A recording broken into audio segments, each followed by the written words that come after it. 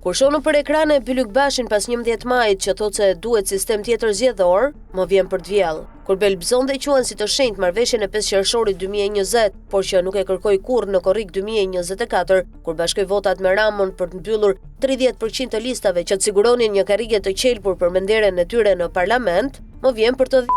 Dhe kur e dëgjoj që ndonjëherë flet dhe për sistem mazhoritar, habitem shumë sa hipokrit që është, se ky në Durrës humbe dhe po të votohet brenda familjes me vota. Të paktën bani mbyllur kapakun e pusetës së